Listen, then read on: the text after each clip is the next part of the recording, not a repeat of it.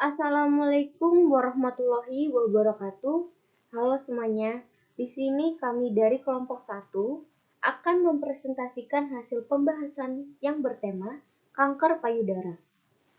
Sebelumnya, perkenalkan nama saya Fatma S. Azizi selaku moderator untuk membantu jalannya presentasi. Baik, saya akan memperkenalkan anggota saya yang bernama Alfian Sacitananda, Nyoman Priyan Brahmanita, Riana Swastisa Putri, Julia Sari, dan Yunika Ajeng. Dan untuk mempersingkat waktu, langsung saja masuk ke pembahasan pertama yang akan dibacakan oleh rekan saya. Pengertian kanker payudara. Kanker payudara merupakan tumor ganas yang terbentuk dari sel-sel payudara yang tumbuh dan berkembang tanpa terkendali, sehingga dapat menyebar di antara jaringan atau organ di dekat payudara atau ke bagian tubuh lainnya. Diagnosis. Teknik untuk diagnosis kanker payudara meliputi triple diagnostik, yaitu klinis, imaging, dan sitologi. Namun, ada beberapa juga diagnosis lainnya, seperti kaheksia, fatigue, dan pengetahuan. Pertama, diagnosis klinis, meliputi anamnesis dan pemeriksaan fisik. Anamnesis penderita kelainan payudara harus meliputi keluhan yang dialami, misalnya benjolan di payudara bilateral atau unilateral, terdapat rasa nyeri atau tidak. Progresivitas dari pertumbuhan benjolan dapat menentukan tingkat keganasan dari suatu tumor. Misalnya, pada progresivitas yang hanya terhitung bulan, memiliki risiko lebih besar merupakan sebuah keganasan dibandingkan dengan progresivitas yang terhitung tahun. Nah, ada juga yang perlu ditanyakan terkait keluhan lainnya, seperti batuk lama, nyeri di tulang-tulang, nyeri abdomen, atau gangguan saluran pencernaan untuk mencari kemungkinan penyebaran. Selanjutnya imaging atau radiologi. Ada beberapa pemeriksaan radiologi yang dianjurkan pada diagnosis kanker payudara. Yang pertama, mamografi, yang merupakan pemeriksaan dengan menggunakan sinar X yang digunakan sebagai bagian dari screening maupun diagnosis kanker payudara. Mamografi juga memiliki sensitivitas pada pasien yang usianya lebih dari 40 tahun. Kedua, ultrasonografi atau USG, yang merupakan modalitas diagnosis dengan menggunakan gelombang suara yang relatif lebih aman, hemat biaya, dan tersedia secara luas. Ketiga, CT scan, yang merupakan pemeriksaan dengan sinar X yang divisualisasikan oleh komputer. CT scan toraks dengan kontras merupakan salah satu modalitas untuk diagnosis kanker payudara. Keempat, bone tumor, merupakan pemeriksaan yang menggunakan bahan radioaktif. Pada kanker payudara, pemeriksaan ini menentukan ada atau tidaknya metastasis kanker serta keparahannya. Namun, pemeriksaan ini sudah tidak direkomendasikan karena sulit dan memiliki efektivitas yang kurang. Dan yang terakhir, magnetic resonance imaging atau MRI, merupakan memanfaatkan gelombang magnet. MRI cocok dilakukan untuk pasien usia muda dan pasien dengan resiko kanker payudara yang paling tinggi karena memberikan hasil yang sensitif pada tumor kecil. Namun, MRI ini belum digunakan secara luas karena biayanya yang terlalu tinggi dan durasi waktu yang cukup lama. Di sini saya akan melanjutkan presentasi bagian 3, diagnosis sitologi, yang mana diagnosis tersebut menggunakan pemeriksaan sitologi. Pemeriksaan sitologi adalah pemeriksaan immunohistochemistry atau yang biasa disebut dengan IHC. Tes IHC menggunakan pewarna kimia untuk mendeteksi adanya protein HAR2. IHC memberikan skor 0 hingga 13 yang mengukur jumlah protein HAR2 pada permukaan sel dalam sampel jaringan kanker payudara. Jika skornya 0 banding 1+, itu dianggap HAR2 negatif. Yang keempat, kaheksia.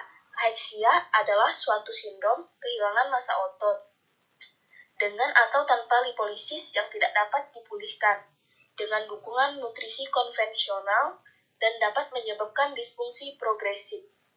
Kaheksia memiliki gejala klinis adalah anoreksia, penurunan berat badan, gangguan refleks, kelemahan, anemia, kekurangan energi protein, dan kelelahan umum. Fatigue.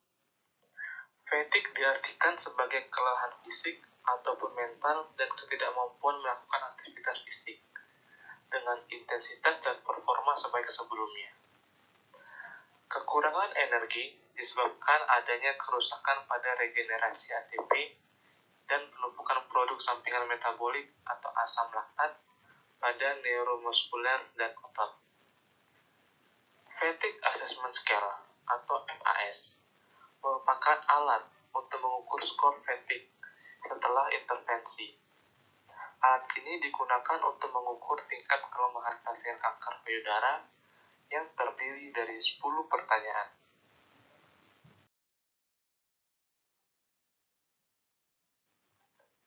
Selanjutnya, kekurangnya pengetahuan.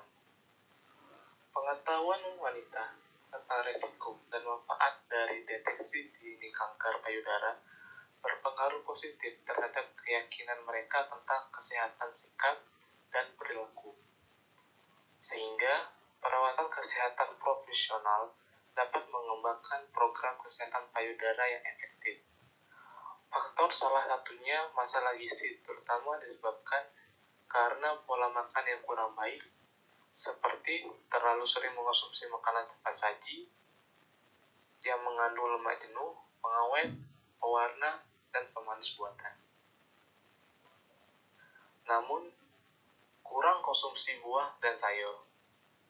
Padahal buah dan sayur memiliki zat antioksidan, yaitu fitokimia, yang berfungsi untuk mencegah radikal bebas.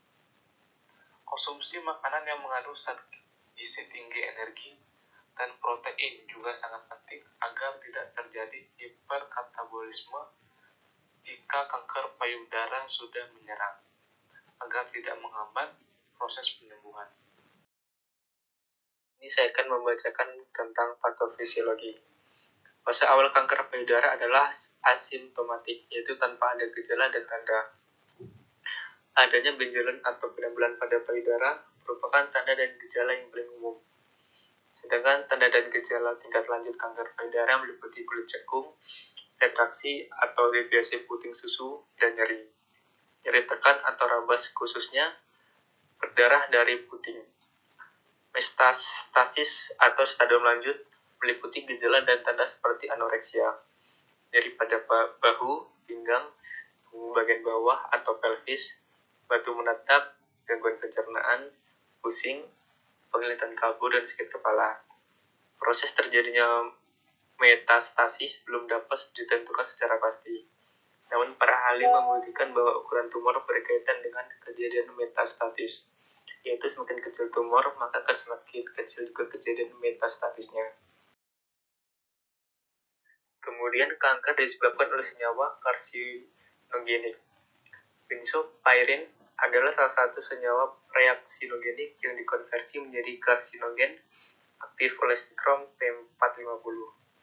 Karsinogen aktif sangat reaktif dan mudah menyerang kelompok nukleofilik dalam DNA, RNA, dan protein yang menyebabkan mutasi. Gen P53 mengkode protein P53 yang berfungsi sebagai protein penekan tumor. Karsinogenesis dimulai dengan kerusakan atau mutasi gen P53. Gen P53 bermutasi mensintesis protein P53 mutan. Pada pasien kanker, Protein P53 mutan terakumulasi dan jaringan tumor dan serum darah. Protein P53 mutan dalam serum pasien tumor meningkat dengan tingkat bahaya penyakit, sehingga dapat digunakan sebagai biomarker awal tumor.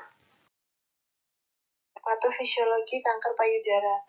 Terdapat sekitar 84 lini sel yang telah dikarakterisasi berdasarkan status 3 reseptor yang penting digunakan untuk subtipe kanker payudara, yaitu reseptor estrogen atau ER, yang kedua reseptor progesteron atau PR, dan reseptor human epidermal growth factor reseptor 2 atau disebut dengan HER2.